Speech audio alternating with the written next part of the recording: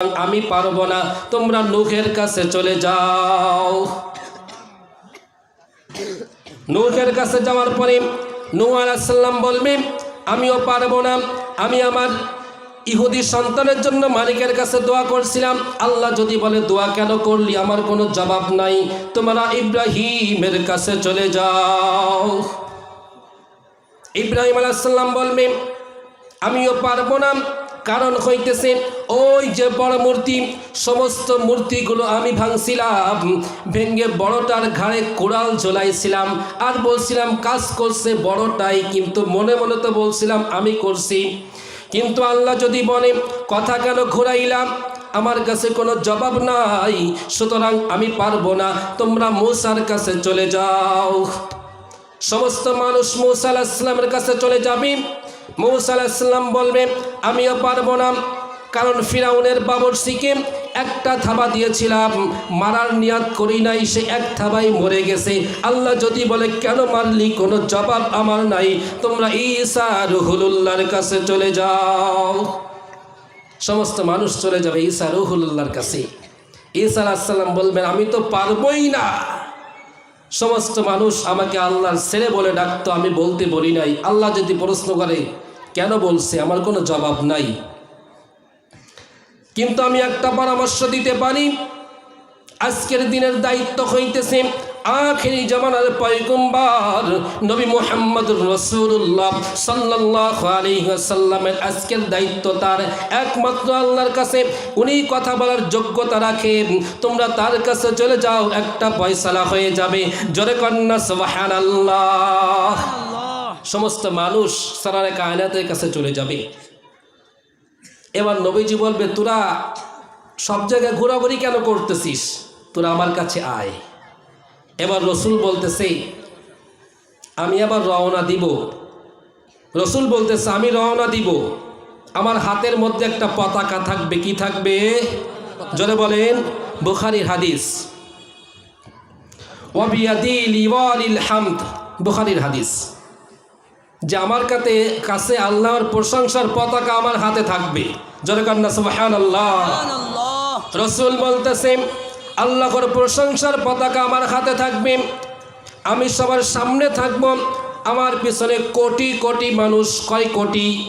হিসেব আছে? হিসেব আছে নাকি? কোটি কোটি মানুষ আমার পিছনে থাকবে, আমি সকলের সামনে থাকব।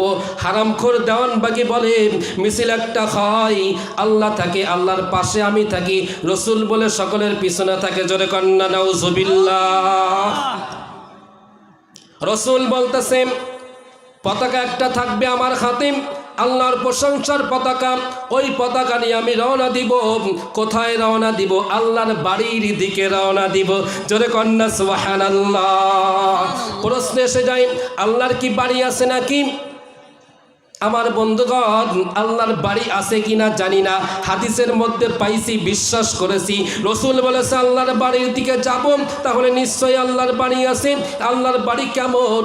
আল্লাহর শানে আল্লাহর বাড়ি যেমন মানাই, আল্লাহর বাড়িটাও তেমন। ঠিক না বেঠিক? আমার বন্ধুগণ,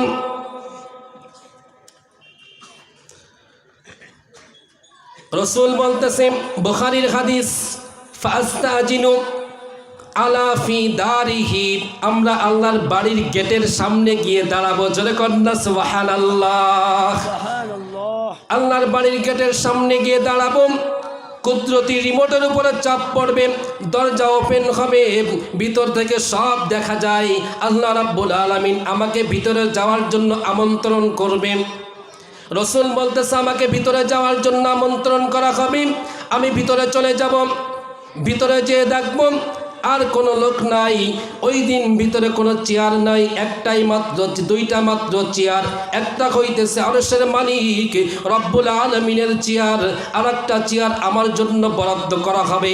ওই দিন জিবরাইলের চেয়ার দেওয়া হবে না, ইসরাফিলের চেয়ার নাই, মিকাইলের চেয়ার নাই, ইব্রাহিমের চেয়ার নাই, নূহ আলাইহিস সালামের চেয়ার নাই, ঈসার চেয়ার নাই, কোনো নবী রাসূলের চেয়ার নাই। সব চেয়ার ছাড়া একটাই মাত্র চেয়ার দেওয়া হবে আমাকে বসার জন্য। রব্বুল আলামিনের কাছে যখন প্রবেশ করবে, সারা কায়নাত নবী মুহাম্মদ রাসূলুল্লাহ সাল্লাল্লাহু আলাইহি ওয়াসাল্লামকে মালিকের দরবার থেকে বলা হবে হে আমার বন্ধু, আপনার জন্য চেয়ারের ব্যবস্থা করা হয়েছে, আপনি ওই চেয়ারে বসে পড়ুন। চেয়ারটা কি? ওয়াবাসহু মাকামান মাহমুদা। আমরা আজানের মধ্যে দোয়া পড়ি, ঠিক না বেঠিক? পড়েন নাকি? মাসালাটা চলে আসলে বলেই যাই, কি বলেন? এই যে আজানের দোয়া, হাদিসের মধ্যে আসছে, যেই ব্যক্তি আজান শুনলো, আজানের জবাব দিল, জবাব দেওয়ার পরে একবার দুরূদ পাঠ করে এই দোয়াটা পড়লো, রসুল বলতেছে তার জান্নাতে যাওয়ার জিম্মাদারি আমি রসুল নিয়ে নিলাম। জোরে কন্যা সুবহানাল্লাহ। এই হাদিসের উপরে আস্থা রেখে আমল করবো। রাজি আছেন ইনশাআল্লাহ? রাজি আছেন ইনশাআল্লাহ? হাদিসের উপরে আস্থা রাখলে কি হয় জানেন? ছোট্ট একটা উদাহরণ দিলে বুঝতে সহজ হয়ে যাবে। হাকিমুল উম্মাত আসদ আশরাফ আলী থানভী রহমাতুল্লাহি আলাইহি তারা কিতাবের মধ্যে উল্লেখ করেছে যে ইয়াহিয়া ইবনে আকসাম তিনি মারা গেছেন। তো কিয়ামতের ময়দানে আল্লাহ রাব্বুল আলামিন তাকে জিজ্ঞাসা করছে, হে বুড়ো বয়সে তো বাদরামি ছাড়স নাই। আল্লাহ শুধু ধমকাইতেছে তাকে। এমন সময় আল্লাহ বলতেছে, কি শুধু শুনতেছো, জবাব দেওয়া যায় না? এখন সেই ইয়াহিয়া ইবনে আকসাম বলতেছে, হে আল্লাহ, হাদিসে কি পাইলাম, এখন কি দেখতেছি, মিলাইতে পারতেছি না। বলতেছে, আমি কি হাদিসে বলছি, আমার রসুল কি বলছে আমাকে বল। এবার সেই ইয়াহিয়া ইবনে আকসাম বলতেছে, হাদ্দাসানা আব্দুর রাজ্জাক قال حدثنا معمر قال حدثنا الزهري قال حدثنا عروة بن الزبير। আমার বন্ধুগণ, এই যে নামগুলো নিতেছি, এক একটা নাম কত দামি জানেন? হযরত উরওয়া ইবনে জুবাইর, আম্মা জান হযরত আয়েশা সিদ্দিকা রাদিয়াল্লাহু তাআলা আনহুর আপন ভাগ্নে ছিলেন। তার পায়ের মধ্যে একটা রোগ হলো, পাটা কেটে ফেলতে হলো। এমন সময় পাওটাকে হাতে নিয়ে বলতেছে, ও আসমানের মালিক, আমি কসম খেয়ে বলতে পারি এই পাওটা দিয়ে জীবনে কোনোদিন কোনো গুনাহের দিকে আমি যাই নাই। তাহলে এক একজন মানুষ কত দামি, কসম দিয়ে বলতেছে যে এই পাও দিয়ে হেঁটে গুনাহের দিকে যাই নাই। আমার বন্ধুগণ, এবার উরওয়া ইবনে জুবাইর قال حدثنا عروة بن زبير عن عائشة عن رسول الله صلى الله عليه وسلم عن جبرائيل عن جبرائيل। এবার বলতেছে, ইয়া রাসূলুল্লাহ, আপনার কাছ থেকে হাদিস শুনেছিলাম। ইয়াহিয়া ইবনে আকসাম বলতেছে, আপনার হাবিবের মুখে শুনছিলাম, আমাকে বয়ান করেছিল হযরত আব্দুর রাজ্জাক, তাকে বয়ান করেছিল উরওয়া ইবনে জুবাইর, তাকে বয়ান করেছিল হযরত আয়েশা সিদ্দিকা রাদিয়াল্লাহু তাআলা আনহুম, তাকে বয়ান করেছিল হযরত জিবরাইল, তাকে বয়ান করেছিল, আপনি নিজেই তাকে বয়ান করেছিলেন। এবার বলতেছে, আমি কি হাদিস বলছি বল। এবার ইয়াহিয়া ইবনে আকসাম বলতেছে, শুনছিলাম যে নাকি দিনের রাস্তায় বুড়া হয়ে যায় সে নাকি আপনার কাছে ইজ্জত পায়। তো আমি তো বুখারী পড়াইতে পড়াইতে বুড়া হয়ে গেছি, আমি তো মুসলিম পড়াইতে পড়াইতে বুড়া হয়ে গেছি, তো এখন যে ধমক খাইতেছি। আমার বন্ধুগণ, আল্লাহ রাব্বুল আলামিন বলে দিলেন, তুই যে আস্থা রাখছিস, হাদিসের উপর আস্থা রেখেছিস, আব্দুর রাজ্জাক যে কথা বলেছে সত্য বলেছে, মামার যে কথা বলেছে সত্য বলেছে, জুবাইর যে কথা বলেছে সত্য বলেছে, আয়েশা সিদ্দিকা যে কথা বলেছে সত্য বলেছে, আর আমার হাবিব তার জবানের সাথে তো আমি সত্য মিশিয়ে দিয়েছি। আমার জিবরাইলও সত্য বলেছে, আর আমি তো সব সত্যের উপরে মহা সত্যবাদী, যা আমি তোকে মাফ করে দিলাম। জোরে কন্যা সুবহানাল্লাহ। তো হাদিসের উপরে আস্থা রাখলে কি হয় দেখছেন? তো আমরা হাদিসের উপরে আস্থা রেখে আমল করব। রাজি আছেন ইনশাআল্লাহ? আমার বন্ধুগণ, যে কথা বলতেছিলাম, আল্লাহ রাব্বুল আলামিন তার বন্ধুকে বসতে বলবেন, ওয়াবাসহু মাকামান মাহমুদা। মাকামে মাহমুদ নামে একটা চেয়ার থাকবে। প্রথমবার বললে সে বসবে না, দ্বিতীয়বার আবার বলা হবে, বন্ধু তোমার জন্য চেয়ারের ব্যবস্থা করা হয়েছে, তুমি বসে যাও। রসুল বসবেন না।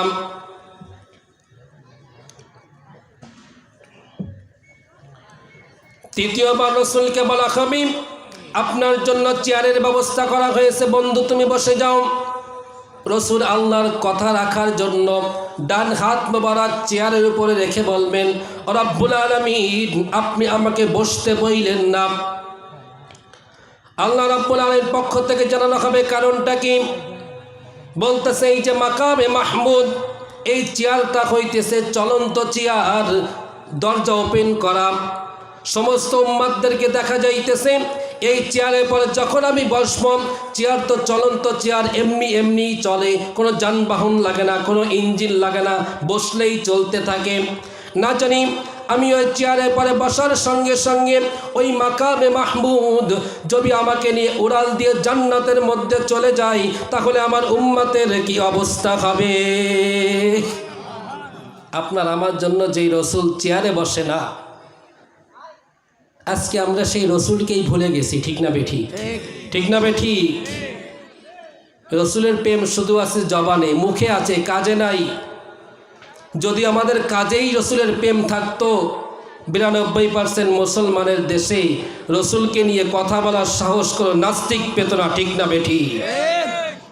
আজকে ৯২% মুসলমানের দেশ, সরকার প্রধান থেকে নিয়ে সব মুসলমান। মিথ্যা বললাম নাকি? সব মুসলমান। সেই মুসলমানের রাষ্ট্রে বসে, মুসলমানের গদিতে বসে, মুসলমানের নবীর বিরুদ্ধে কটূক্তি করে, বাংলার জমিন থেকে, বাংলার সংসদ থেকে কোনো আওয়াজ আসে না। ঠিক না বেঠি? যদি আমাদের মধ্যে সেই রসুলের প্রেমই থাকতো, যদি রসুলের প্রেম থাকতো, কোনো নাস্তিক আল্লাহর বিরুদ্ধে ষড়যন্ত্র করার, রসুলের বিরুদ্ধে ষড়যন্ত্র করার সাহস পাইত না। ঠিক না বেঠি? আমাদের সেই রসুলের প্রেম শুধু জবানে নয়, কাজে পরিণত করতে হবে। রাজি আছি না ইনশাআল্লাহ? আল্লাহ তৌফিক দান করুন, সকলে বলুন আমিন। আমার বন্ধুগণ, সররে কায়নাত এই কথা বলার পরে রসুল তাকায় দেখবেন রব্বুল আলামিনের ভয়ঙ্কর রূপ দেখে রসুল আল্লাহ রাব্বুল আলামিনের কুদরতি পায়ের উপরে সিজদায় পড়ে যাবেন। সিজদায় পড়ে যাওয়ার পর কাঁদতেছে, কান্দাকাটি করার পরে রসুলের চোখ দিয়ে টপ টপ করে পানি পড়তেছে। আমার বন্ধুগণ, এমন সময় রাব্বুল আলামিন কুদরতি হাতটাকে রসুলের মাথায় বোলায় বলেন, বন্ধু মাথা ওঠাও, তোমার যাকে মনে চাই তোমাকে আজকে পাওয়ার দিয়ে দিলাম, যাকে মনে চাই তাকে নিয়ে জান্নাতে প্রবেশ করে যাও। জোরে কন্যা সুবহানাল্লাহ। রসুল বলতেছেন আমার কাছে একটা লিস্ট ধরা দেওয়া হবে, ওই লিস্টের কোনো সীমারেখা নাই, ওই লিস্টের মধ্যে কত লক্ষ কোটির নাম আছে আমি জানি না, একটা লিস্ট আমার কাছে ধরা দেওয়া হবে। আমি ওই লিস্টটা নিয়ে চলে যাব জাহান্নামের জেলার মালিকের কাছে চলে যাব। মালিকরে যে বলবো, এই দেখ রব্বুল আলামিন আমাকে একটা লিস্ট দিয়ে দিছে, এদেরকে জাহান্নাম থেকে বের করে দে। তাফসীরের মধ্যে আসছে ওদেরকে জাহান্নাম থেকে বের করে জীবন নদী নামক একটা জায়গা আছে, ওইখানে চুবনি দিয়া তাদেরকে জান্নাতের মধ্যে প্রবেশ করা দিবে। জোরে কন্যা সুবহানাল্লাহ। রাসূল আবার যাবেন, ও আল্লাহ আমার আরো উম্মত রয়ে গেছে, আবার একটা লিস্ট ধরা দিবে, ওদেরকে বের করবে। আবার রসুল যাবে, আর একটা লিস্ট ধরা দিবে, ওদেরকে জাহান্নাম থেকে বের করবে। তৃতীয়বার যাওয়ার পরে চতুর্থবার আবার যাবে। এবার রব্বুল আলামিন বলবে,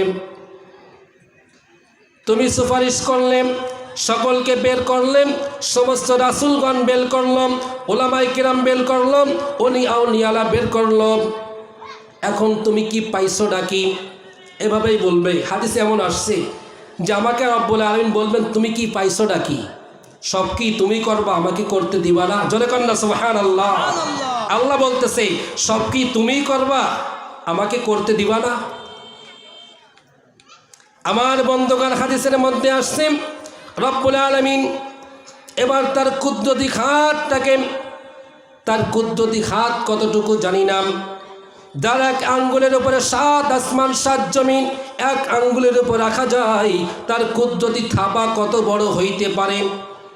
হাদিসের মধ্যে আসছে তার কুদরতি থাবা দিয়ে, কুদরতি হাত নিয়ে জাহান্নামের মধ্যে একটা থাবা দিবে।